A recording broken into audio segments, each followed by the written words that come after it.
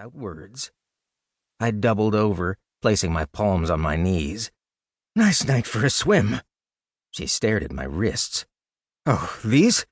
I held up my hands. The silver tape took on an eerie blue tinge under the nearby pier lights. "It was a really kinky swim?" Her head shook before she turned and ran off in the opposite direction. "Oh, good. Now I can collapse in peace."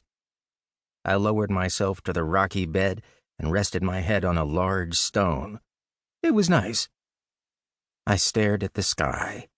If there were any stars, they were drowned out by swatches of warm gold and cool, silvery lights coming from the concrete monoliths behind the poor excuse of a beach.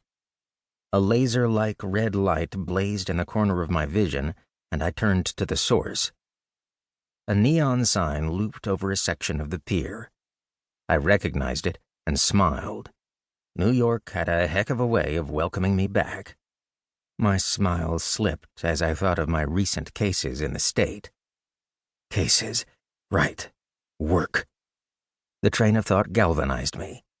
Stones prodded and scraped against my clothes as I rolled over. A breeze wafted by. My muscles tightened and shuddered. I gave silent thanks for the agreeable temperature.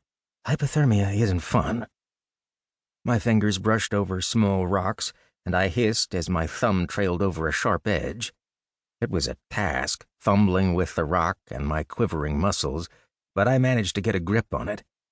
I thumbed the stone over and lined its edge against the bindings. The thing with duct tape is the more you apply, the more it acts like a single piece. It's strong. It's also easier to break than several loose layers of the stuff. My shoulders strained as I pulled my hands away from each other. The tape resisted, but stretched a bit. I pulled again. A breath of exertion left my lungs. Satisfied that I had stretched it as much as I could, I brought the sharp rock to it and filed. The tape's edge bowed and flitted away from the rock, but it refused to tear. I released a string of obscenities and kept at it. A millimeter-long notch appeared on one side. There wasn't much to work with. I scored another incision on the side closest to my body. The edge cut deeper until it only served to bend and twist the tape rather than tear it. I discarded the rock and pulled my knees to my chest. My arms went around them, and I jerked my wrists towards my center. The tape impacted my knees, refusing to let my hands come any closer. The compromised bindings gave and tore free. I peeled the scraps from my skin, wincing as the adhesives pulled at me. Freeing my legs was easier. I took the point of the rock and jabbed like a savage until the tape was peppered with holes. The stone cut through shredded restraints. Okay, that sucked. I rubbed the side of my head and shut my eyes. Focus. Find a church, find church, punch him in the nose. I nodded and pushed myself to my feet. Stone shifted beneath me as I stepped towards the sandy portion of the shore. The grains, coupled with my wet weight, didn't make things easy. I shambled towards the boardwalk, ignoring the odd stares from passers-by. Water splotched and darkened the wooden planks beneath me. I debated stripping on the pier to wring out my clothes, but pushed the idea from my mind. Public stripping is frowned upon.